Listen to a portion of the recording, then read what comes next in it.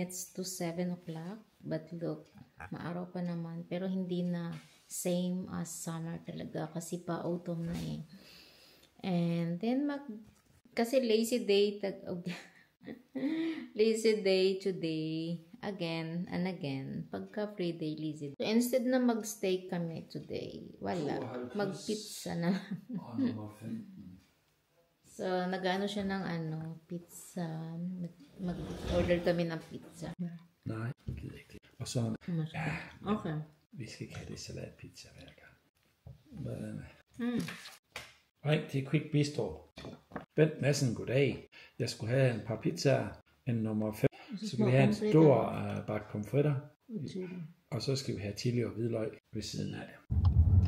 Mag-drive kami guys. Punta kaming muna, Balon Parking. Kasi may sila ina doon bukas. Yung mga mag-confirmation. Pupunta sila doon bukas. So, hindi kasi siya pwede mag-drive bukas kasi mag-join siya sa biking club. So, nasa work ako that time. So, try ko mag-exit at i-drive si Ina. So, we'll see. So, titingnan namin muna yung place kasi hindi ko alam yun para easy na lang sa akin bukas if ever na ako mag-drive. Namin guys yung Balon Parking. Pupunta na kami doon. Easy lang naman. So, I hope maka-exit ako bukas. Kasi mag-bike siya. Hindi siya pwede. Pasok kami dito sa loob. May bibilhin lang kami. Oh, hindi. Chicken.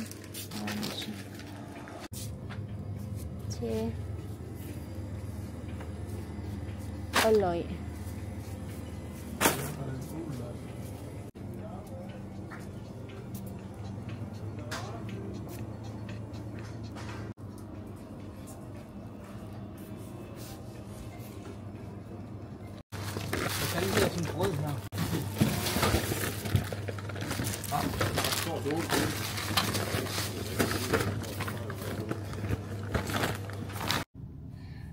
So, nagkuha siya guys ng pizza. Kain guys. Naganda pizza mo. Dinner? Bistro? Akala namin dito si kuya mo. Abit na talaga itong pagkataman ko.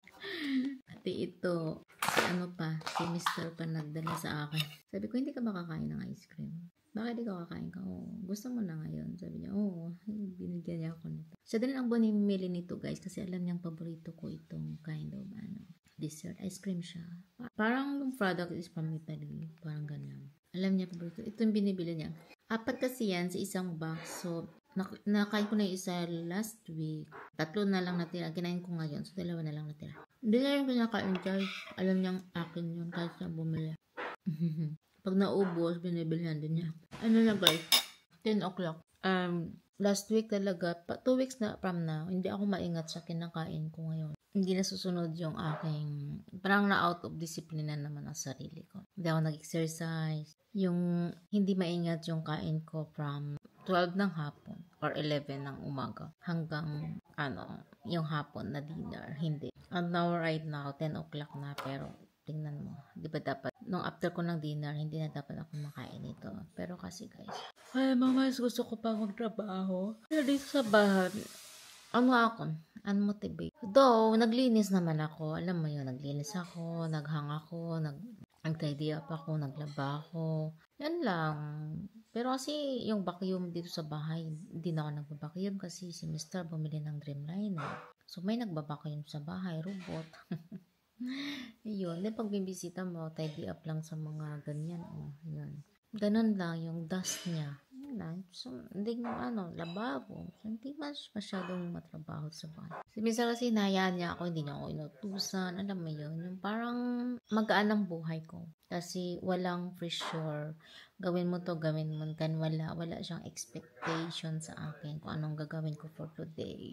Kahit luto o hindi. Kaya, parang gano'n na rin ako sa kanya. Kasi parang, alam mo yun, Ganon siya sa akin. Kaya parang nahayaan ko na din siya kung anong ginagawa niya, kung may gagawin siya or wala siya. May mga bagay lang minsan na kailangan kong ipaayos sa kanya, palinis yun sa kanya. Dahil, for example, bisita kami. And then, yung sa may parking namin, medyo magulo dahil nandyan minsan yung mga box ba na pag may mga boxes na order. Sabi ko, pwede mong itapon yun kasi hindi maganda. Yung mga ganon lang. Pero yung gagawin niya, yung talagang wala. Ano lang kami, easy lang yung araw-araw namin. Walang stress, alam mo yun, wala kaming plan na, today, ikaw maglaba, ako maghang, or ikaw magluto ngayon, o ako bukas. Wala kaming ganyan. Kahit yung financial na, like, yung mamimili na sabihin na, okay, ito budget ko sa sa food, or yan yung budget niya sa food. Wala kaming ganyan, guys. So, parang, kung sino lang bumili, ganon.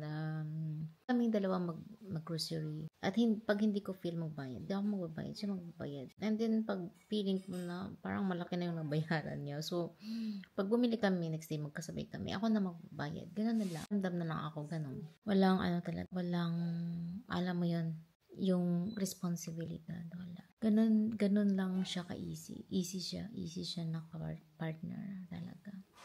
Sana all. Joke.